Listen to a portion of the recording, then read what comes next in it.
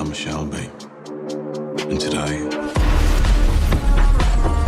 who would have thought that after years of unending peril brought to the movie's industry and cinematic artistry alike, Netflix would switch up in 2026 and begin pushing, albeit shortened, theatrical releases for its films? Nearly 4 years since we said goodbye to our beloved Shelby clan in the series finale of Peaky Blinders, Tommy Shelby, played by our very own Cillian Murphy, and his crew of Birmingham mobsters are returning to Netflix in a new feature film, Peaky Blinders, the Immortal Man. Whatever happened to Tommy Shelby? This time last year, we weren't even sure if Murphy was going to be involved in the cinematic continuation of the critically acclaimed, technically ambiguous Netflix original series. Go on. With him only confirming the end of his journey with the character to Screen Rant in late 2025, this marks the next phase in Netflix's evolving theatrical strategy. From its early days of primarily focusing on streaming with films bypassing theaters entirely for many of its biggest releases up till recently, Don't be afraid. where a growing trend for major releases and potential award contenders, Netflix has begun offering short theatrical runs, often through smaller chains or independent theaters who agree to their terms. Films like The Irishman, Roma,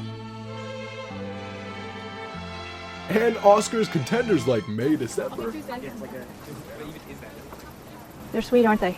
The Killer, and Leave the World There's something Behind wrong with the TV. It's all messed up. I wonder what that means. Or what could it all be? had limited theatrical runs before hitting the streaming platform.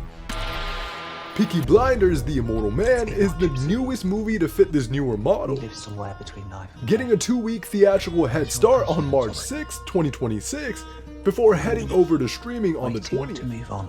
A move in which the creator, Stephen Knight, supported for the fan experience. This all feels a little too deja vu to back when Netflix pulled the plug for the traditional $7.99 model at the time. What next? This year, I see love on your horizon. Now they're slowly upending its fidelity with streaming services. Something. And theaters across the world are taking heavy inspiration from Michael Corleone, our cultural and cinematic godfather. Fredo, you're my older brother, and I love you. But don't ever take sides with anyone against the family again, ever. As the saying goes, keep your friends close, but your enemies closer. Echoing the strategic ideas attributed to Machiavelli As Pope, as her humble servant. Indeed, do not. or Sun In Tzu. every battle, everywhere, always, in your mind. Everyone is your enemy, everyone is your friend. Every possible series of events is happening all at once. You want to go back far enough, look at Sun Tzu, look at the great generals. You exploit your strengths and attack weaknesses. That's about as fundamental as it gets. Dining with the very industrial gargantuan that nearly put them out of business time and time again throughout the last decade, they took the advice of historical figures a little too literally. Instead of monitoring their adversaries, they decided to sign contracts with them. Commendable play. See, first you gotta lose control. And let fate show you the way. The Peaky Blinders movie will most likely be ahead of a slew of other films accepted throughout theaters as a last-ditch attempt to rake in what's left of the already dwindling ticket sales. As Netflix sits smug on the sidelines, collecting not only profit from a crumbling theater cinema industry, The secret to find you. Don't snitch. but the seat at the table as the new outlet for global cinematic broadcasting, one release at a time. Huh? No. See, You cannot outrun your destiny.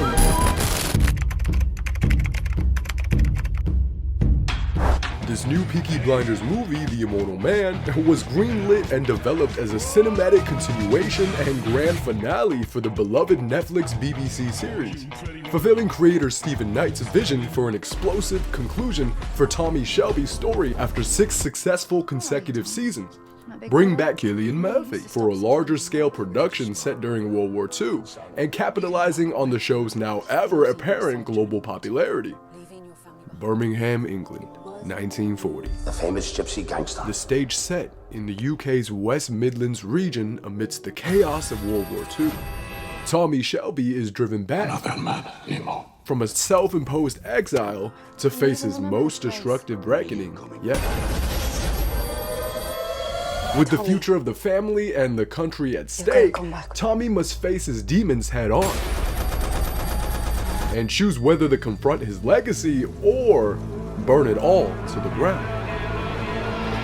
So, every bit along the lines of what we've grown to know and love about Peaky Blinders since its pilot. The teaser dropped during the final week of 2025 opens with a single question on viewers' minds. What the f happened to Tommy Shelby?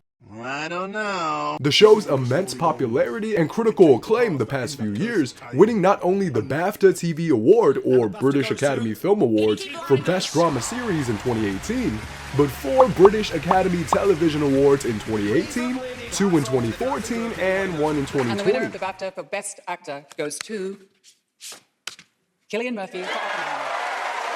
Created increasing demand, and its 6th season concluded the main narrative, opening the door for a big screen send-off that lives up to the Shelby name.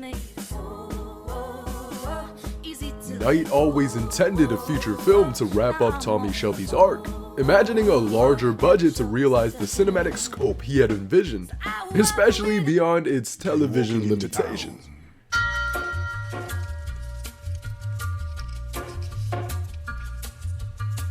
Netflix and the BBC backed the film as a way to transition the franchise into a cinematic universe. Oh boy. With plans for a couple of spin-off series set after the movie, new actors like Barry Keoghan and Rebecca Ferguson lived out their lives on a mote of dust, suspended in a sunbeam, were brought in to bridge the gap between the original cast and potential future spin-offs. So now we have a Peaky Blinders universe. How much you want to bet Ozark is next? It's just another betrayal, isn't it? How long have you been planning this? Too much hope? You have walled me out. Not only had Murphy expressed interest a few times in returning, provided the story felt justified and compelling, which he found in Knight's script. But fans across the globe were fiending to see the story continue, and the idea of an epic cinematic event proved appealing to both the creators and its viewers.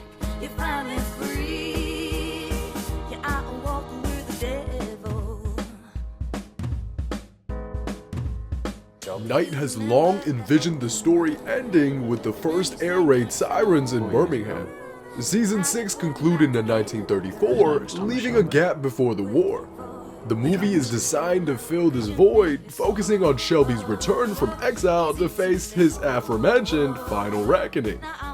Initially, the creator intended to conclude the saga with the 7th season, though with a global health crisis looming at the time, What is your business, Mr. Shelby? led to significant production delays starting in early 2020. The decision was then made to end the television series with season 6. Stakes are higher than they've ever been, facing an enemy that is more lethal than any enemies they face so far. And pivot the final chapter of the story into a feature-length film instead. Peaky Blinders has been one of the UK's longest running and most loved period crime dramas. The Immortal Man, set to be a dark and thrilling look into gangland crime in Birmingham, based once again on the real-life Peaky Blinders street gang who terrorized the city, racketeering and unleashing brutal horror on others.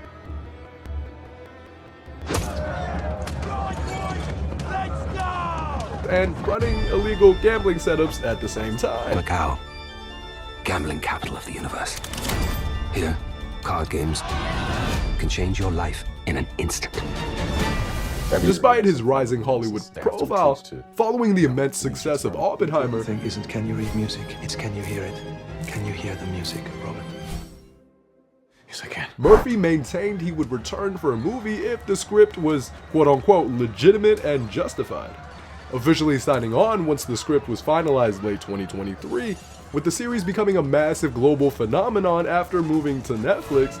This created a commercial appetite for a cinematic finale, which could be physically distributed worldwide. So you better get your caps back on, cause Peaky Blinders is coming back, by order of the Shelbys.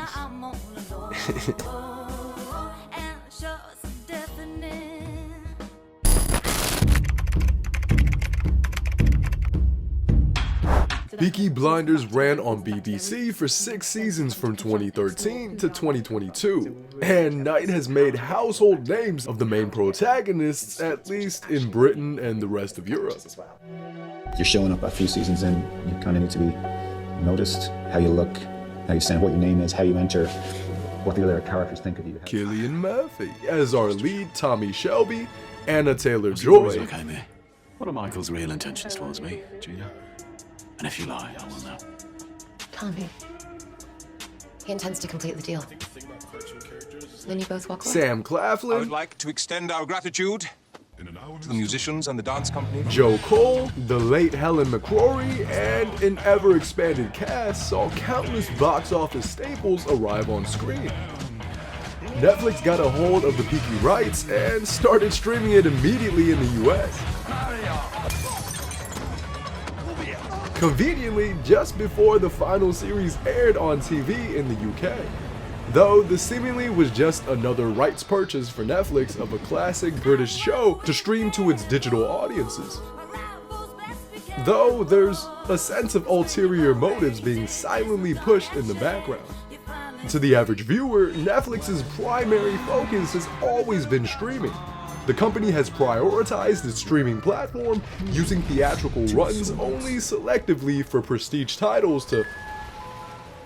Sometimes, the universe shows you a sign. ...qualify for industry awards like the Academies. This even often caused friction with theaters over short release windows. Classic movie house is the home of the very first Hollywood premiere, so it's including walking up to the facade of the theater. Recent potential acquisitions might shift Netflix came to us about a partnership, not simply preserving what we had, but enhancing what we have. For Netflix and the American Cinematheque to partner is pretty organic. I think is really important to preserving and recognizing the history of film, and we want to be part of it. Pre-2015, Netflix primarily distributed licensed content and didn't even have production hopes for original film or TV. But this all changed in 2015 with Netflix releasing its first major original film. Call it a coincidence? Beast of No Nation, simultaneously in theaters and on streaming. What are you doing here? Major theater chains boycotted the film, arguing it violated the standard 90-day theatrical window.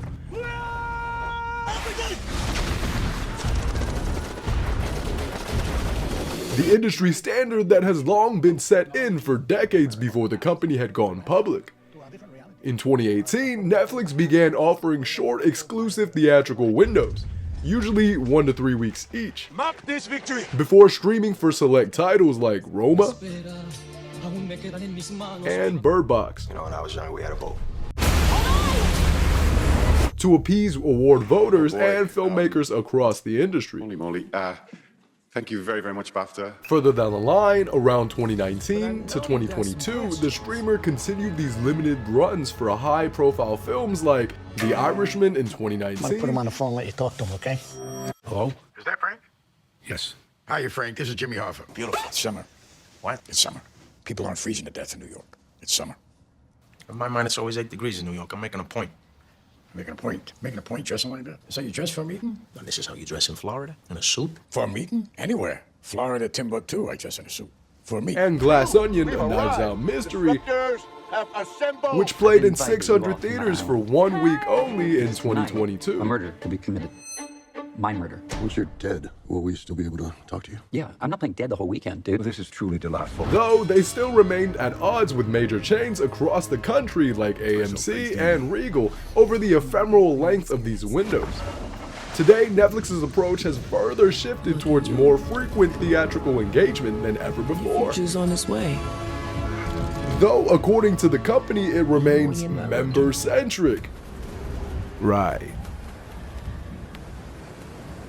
In late 2025, Netflix acquired Warner Brothers Discovery's studio assets, all of them, leading to a commitment to honor existing theatrical contracts all the way through 2029. Fine, shit.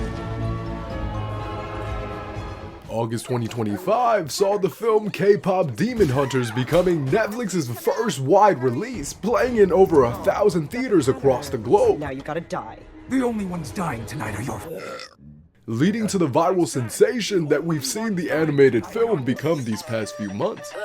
You came at a bad time, but you just crossed the line. You wanna get wild? Okay, I'll show you wild. I'm willing to bet this was the affirmation they were looking for to fully dive resources in a more theatrical landscape. For 2026, Netflix is expected to maintain theatrical releases for major franchises like Greta Gerwig's Narnia, The Magician's Nephew, specifically now in IMAX venues. Infested hopefully with lions, witches, and crafty wardrobes the same. To support these theatrical interests, Netflix even now owns and operates landmark theaters like the Paris Theater in New York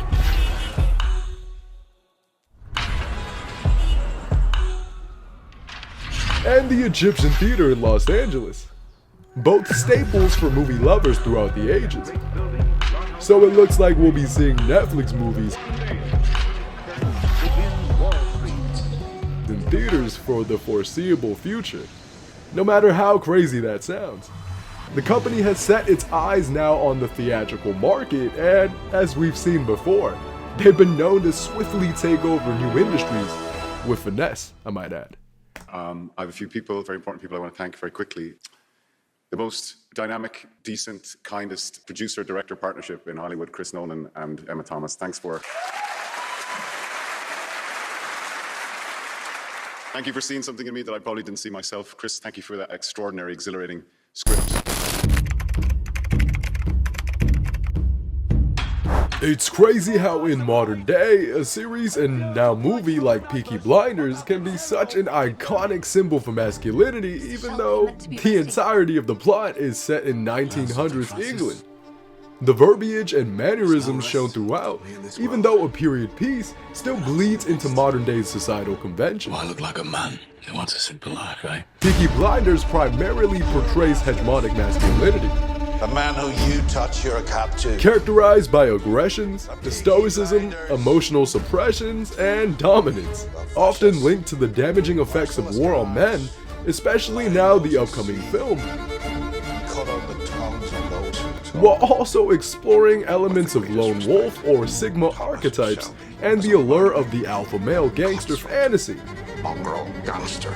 All framed within working class ambition and traditional power structure.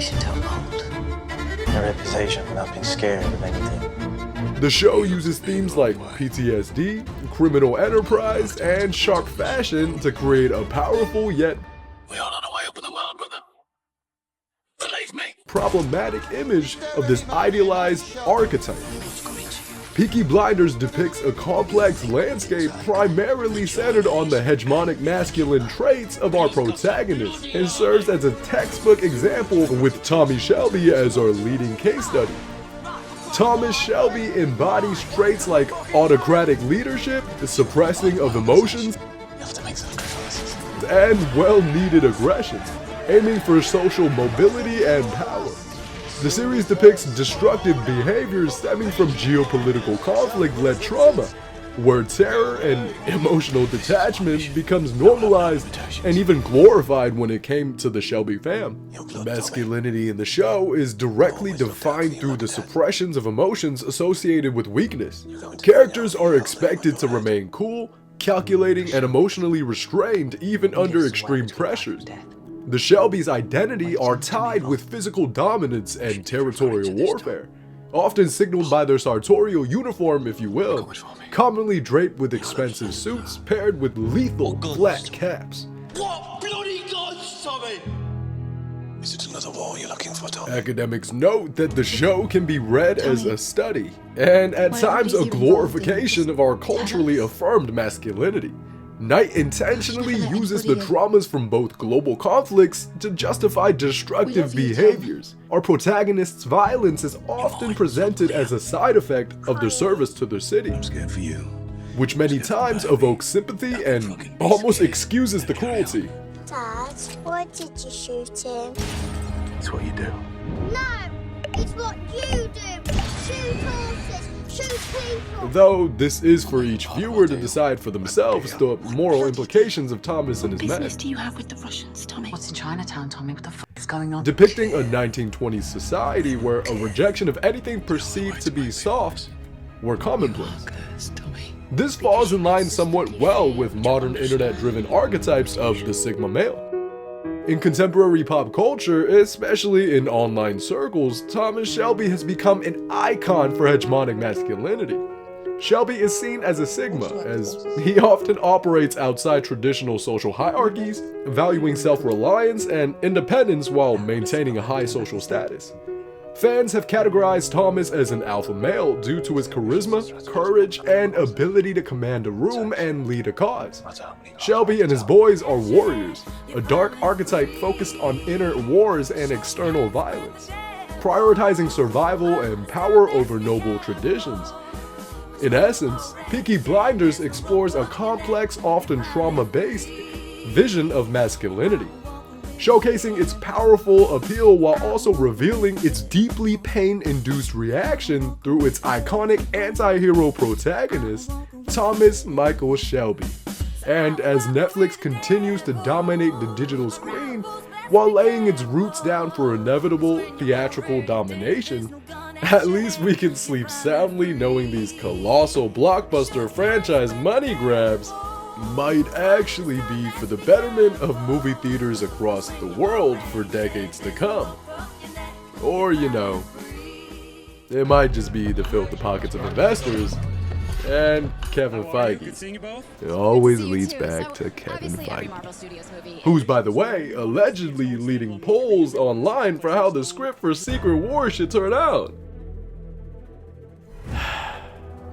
Incessant emphasis on allegedly.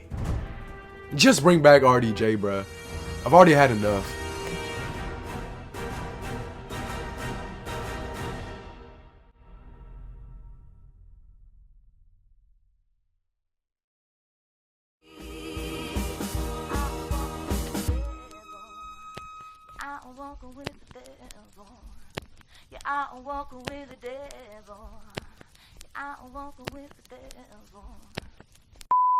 Which played in 600 theaters for centered on the hegemonic bruh, every single syllable that could have been mispronounced was academics note that the shit.